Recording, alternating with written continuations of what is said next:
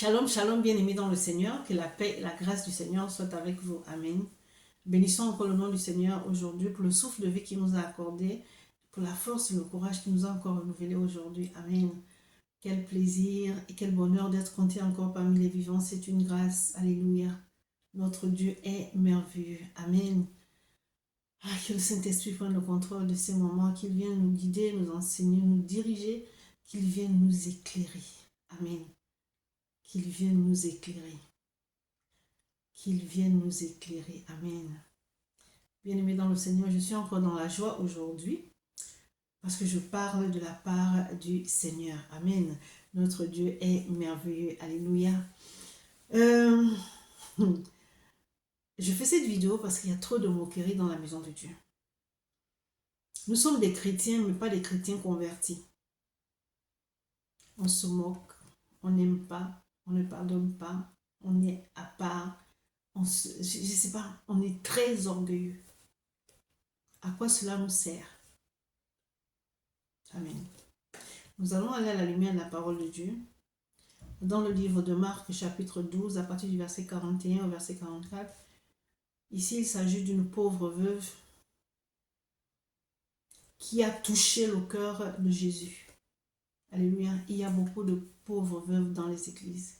Mais par leur acte, elles touchent le cœur de Jésus.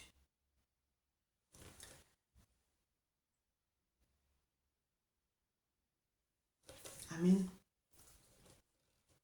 Il y a des personnes à l'église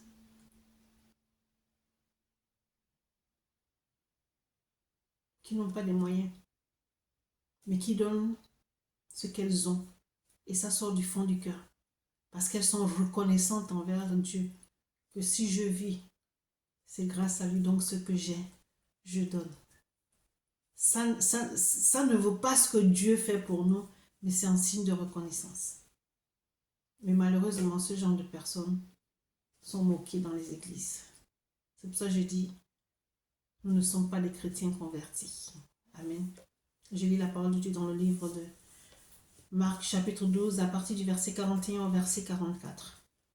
Jésus s'étant assis vis-à-vis du tronc, regardait comment la foule y mettait de l'argent. Plusieurs riches mettaient beaucoup. Ils étaient riches, c'est normal. Ils n'avaient pas de problème de sous. Donc ils venaient, ils mettaient beaucoup. Et pour eux, comme ils mettent beaucoup, ce sont les meilleurs. Et Dieu vraiment est content. Dieu va agréer leur offrande et tout. Alors qu'ils viennent déposer ça avec mépris. Il vint aussi une pauvre veuve. Et elle y mit 2 petites pièces, faisant un quart de sou. Alors Jésus, ayant appelé ses disciples, leur dit, « Je vous le dis en vérité, cette pauvre veuve a donné plus qu'aucun de ceux qui ont mis dans le tronc, car tous ont mis de leur superflu. » Dieu ne cherche pas le superflu. Dieu veut la sincérité de ton cœur. Tout ce que tu fais dans la maison de Dieu doit venir du cœur. Dieu veut que tout ce que nous faisons soit fait avec amour. Dieu n'a pas besoin de notre argent. Alors, à quoi ça te sert de venir à l'église? Et puis, c'est toujours toi qui donnes les grosses enveloppes, c'est toi qui te moques des autres. Mais bien aimé dans le Seigneur, peut-être que les personnes ne te voient pas, mais Dieu te voit. C'est de la méchanceté, c'est de la mesquinerie. Le verset 44 dit, « Car tous ont donné de leur superflu, mais elle a mis de son nécessaire tout ce qu'elle possédait, tout ce qu'elle avait pour vivre. » Elle a mis de son nécessaire tout ce qu'elle possédait et tout ce qu'elle avait pour vivre. Bien aimé, quand tu sais d'où tu sors, quand tu sais d'où Dieu t'a enlevé, tu ne calcules pas, tu ne comptes pas. Même si, quel que soit le montant que tu as, 1 euro, 1 centime, quoi, tu déposes, ça sort de ton cœur. Ne dis pas, ah, c'est tout ce que j'ai. Non. Tu sais ce que ton Dieu a fait pour toi. Et tu sais bien que ce que tu donnes ne peut pas payer ce que Dieu te donne. Mais tu le fais par reconnaissance. Tu le fais parce que tu dis, c'est mon papa. Il ne m'a pas jugé, il ne m'a pas condamné, mais il m'a enlevé de la boue et je ne suis pas restée la même. Il m'a changé, il m'a transformé, il m'a guéri, il m'a restauré. Amen. Mais lorsque tu vas donner ton offrande et que ce sont des pièces, les gens se moquent. Les gens se moquent. Mais c'est tout ce que tu as. Tu es parti de chez toi, tu t'es dit, ça, je vais donner ça à mon Dieu. Que les moqueries des gens ne te freinent pas. Va et tu sèmes cela. C'est ce que tu as résolu de donner, donne-le. Les gens se moqueront toujours. Vous savez, une fois, j'ai eu l'occasion de compter les offrandes et les dîmes. Il y avait des billets, il y avait des pièces, il y avait des pièces rouges et tout. Il y a une parmi nous qui dit, waouh, encore ces pièces rouges-là, je connais la personne qui donne ça. C'est normal. Elle donne toujours des pièces rouges, elle donne toujours des pièces rouges.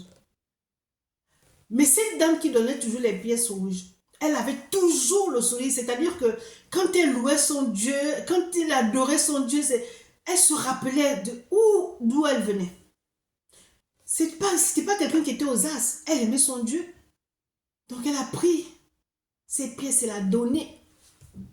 C'était peut-être les dernières pièces, mais elle a dit, je ne peux pas venir dans la maison de Dieu comme ça et puis repartir avec. C'est tout ce qu'elle avait.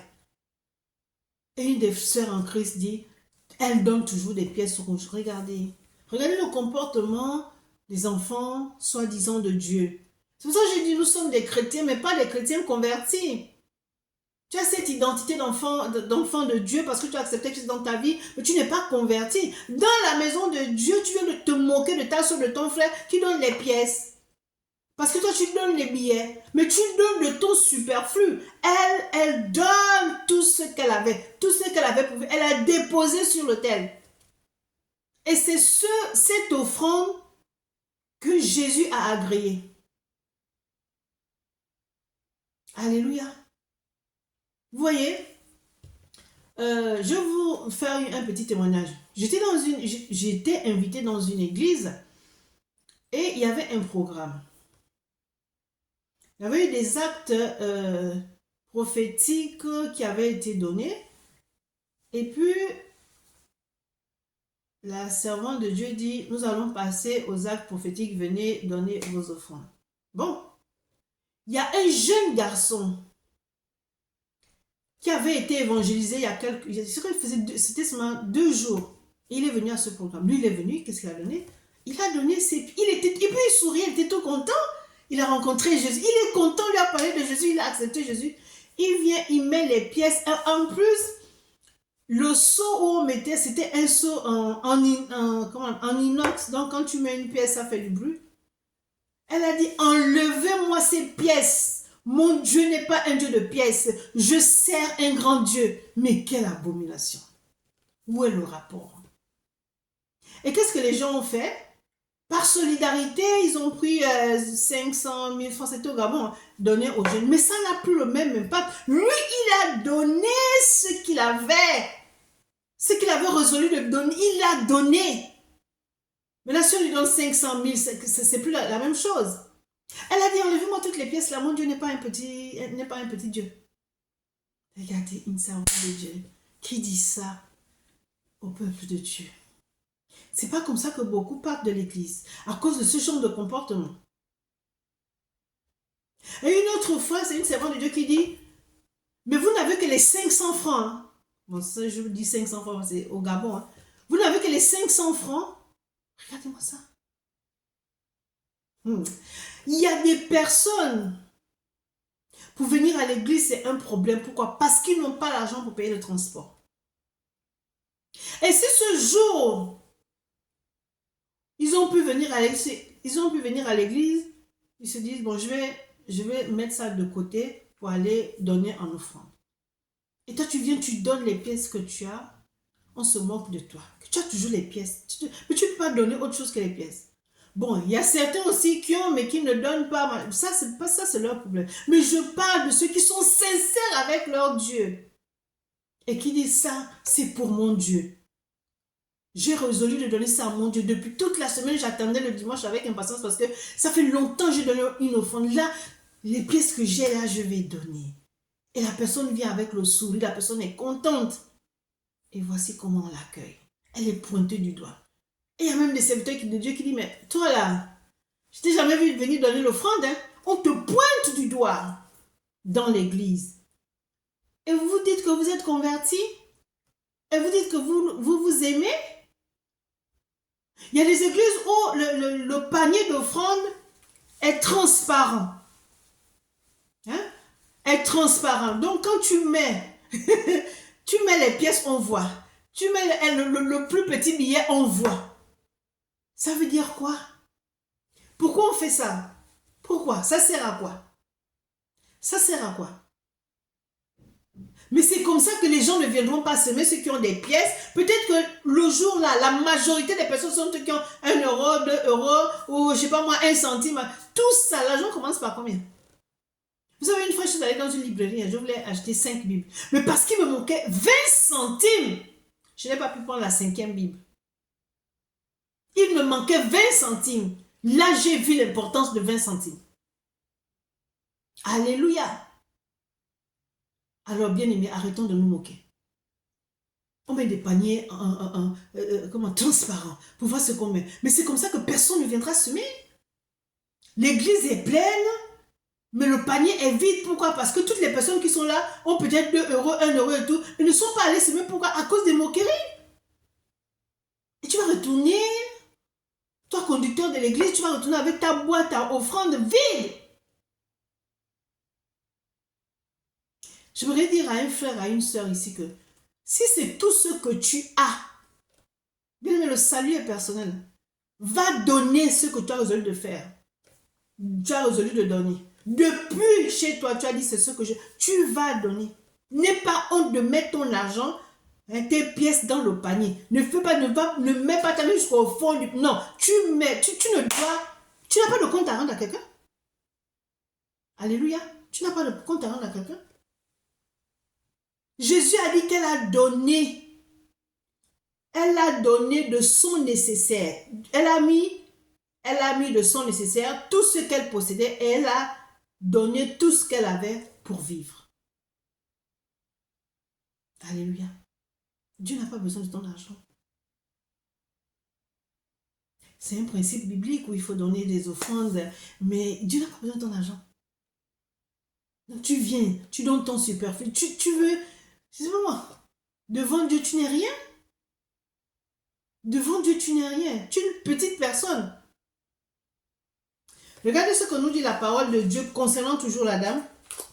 Marc 14, verset 9.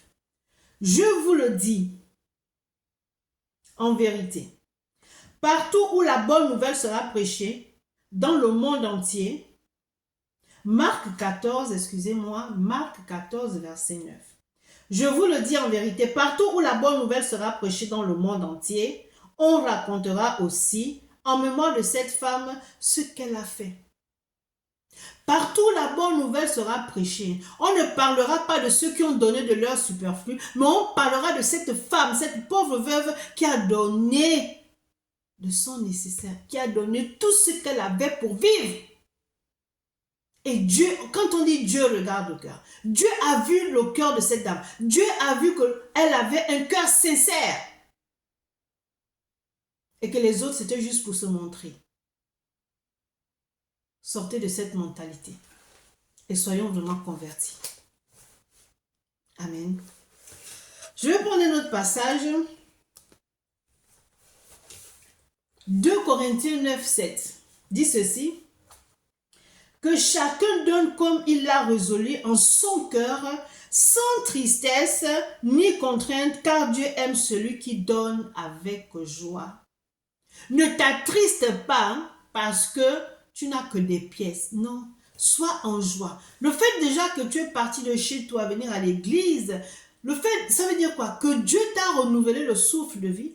Il t'a donné la force, il t'a donné le courage. Tu es venu jusque dans sa maison. Va donner avec joie tes pièces là. C'est ce que tu as résolu de donner, va donner. Que les dires des hommes ne t'attristent pas. Ne retourne pas avec ce que tu as résolu de donner dans la maison de Dieu. Parce que les gens se sont moqués de toi. Les gens se moqueront toujours. L'homme est méchant. L'homme, il est méchant. Il se passe des choses terribles à l'église. Ce sont des choses qu'il faut dénoncer. Parce qu'il faut changer.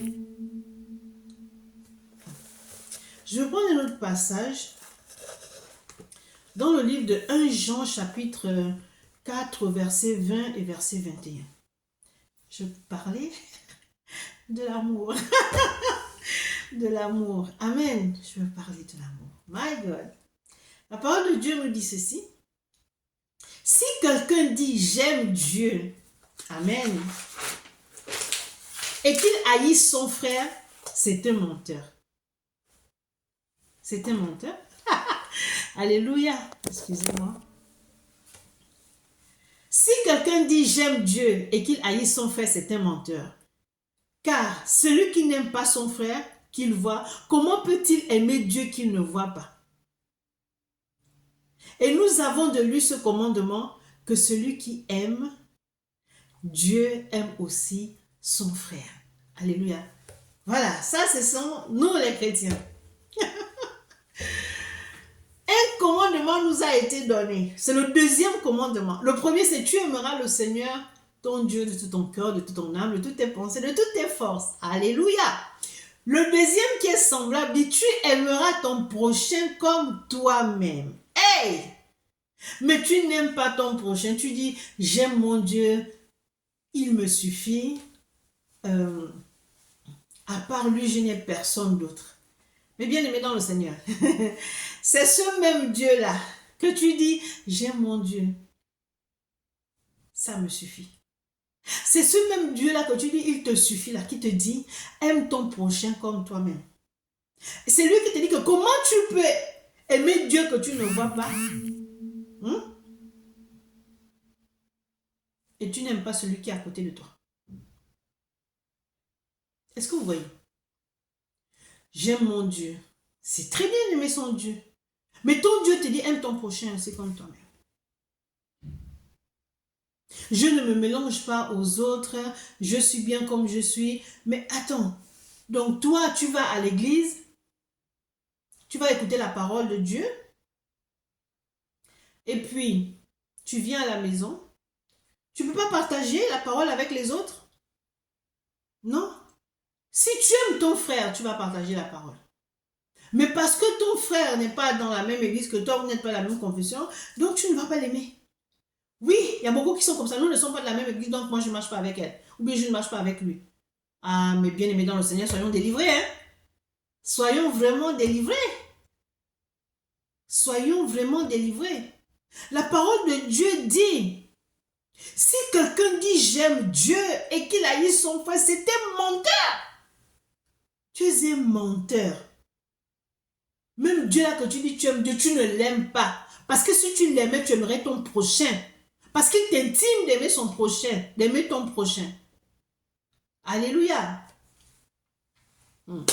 C'est un menteur, car celui qui n'aime pas son frère qu'il voit, comment peut-il aimer Dieu qu'il ne voit pas? Question.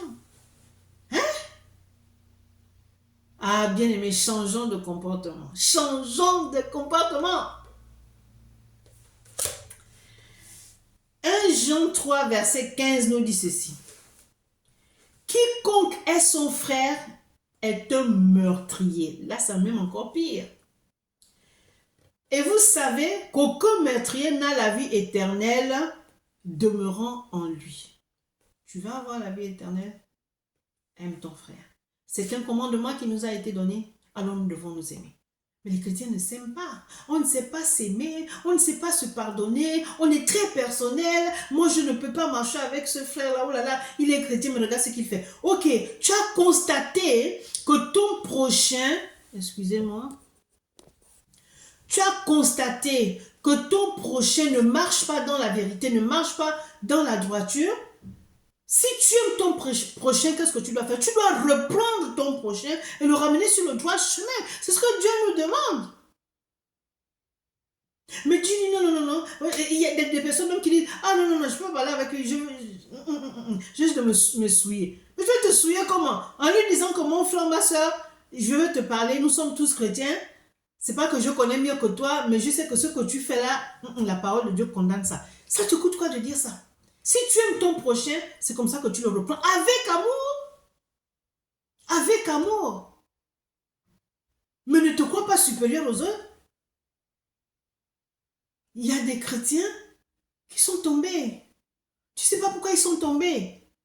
Toi, tu es là pour le relever, pour lui dire, mon frère, tu es tombé, relève-toi. Tant que tu vis, tu peux changer les choses. C'est arrivé, c'est arrivé. Fais un effort de ne plus recommencer. Mais tu ne condamnes pas, mais tu ne juges pas, tu ne parles plus au frère ou à la sœur. Si maintenant la sœur n'écoute pas, ça c'est son problème. Mais au moins tu as fait quelque chose, tu n'as pas jugé, tu es parti vers ton frère parce que tu l'aimes, tu es parti vers ta sœur parce que tu l'aimes. Non, moi je suis dans mon coin, moi je me plais comme je suis là. Ouh, pardon, je n'ai que Dieu, je n'ai que Dieu. Mais tu es un menteur, mais tu es un meurtrier. Donc tu vas laisser ton frère mourir là. C'est toi, ton frère en Christ. Vous confessez le même Dieu. C'est toi qui condamnes encore ton frère. Hein? La parole de Dieu nous dit que Jésus n'est pas venu sur la terre ici pour nous condamner, nous juger, mais il est venu pour que nous soyons sauvés. Tu as été sauvé, c'est pour sauver aussi les autres. Ton prochain, ce n'est pas forcément ton frère biologique ou ton frère en Christ. Ton ennemi, c'est ton prochain.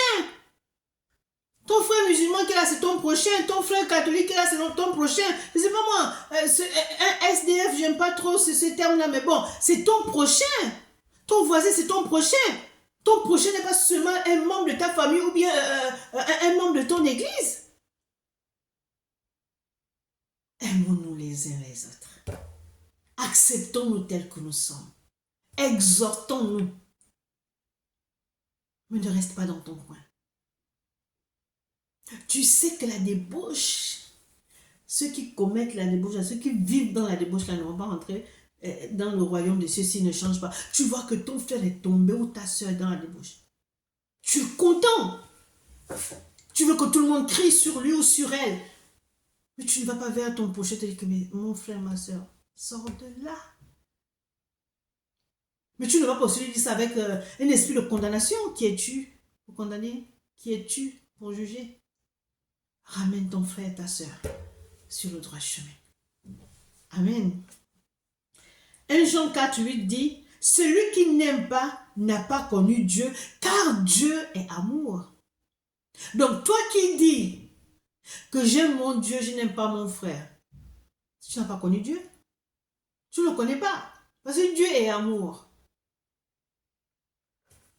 Et le dernier verset, 1 Jean 4, 11 dit, bien-aimés, si Dieu nous a ainsi aimés, nous devons aussi nous aimer les uns les autres. Si Dieu nous a ainsi aimés, nous devons nous aimer aussi les uns les autres. Excusez-moi, c'est un commandement qui nous a été donné. Alors j'aimerais dire à un frère, à une sœur, interdiction de nous moquer. Nous n'avons pas le droit de nous moquer des autres. Ton frère vient avec une pièce, c'est tout ce que la personne a, elle donne. Mais c'est pas après dire, vous avez remarqué que telle soeur met toujours les pièces. Ça t'apporte quoi? J'aimerais dire que tu es un meurtrier, tu es un sorcier. On ne fait pas des choses comme ça. Nous sommes la lumière, n'est-ce pas? Ça, ce sont les fruits de la lumière, les moqueries. Nous sommes le sel de la terre, c'est ça? Le sel de la terre?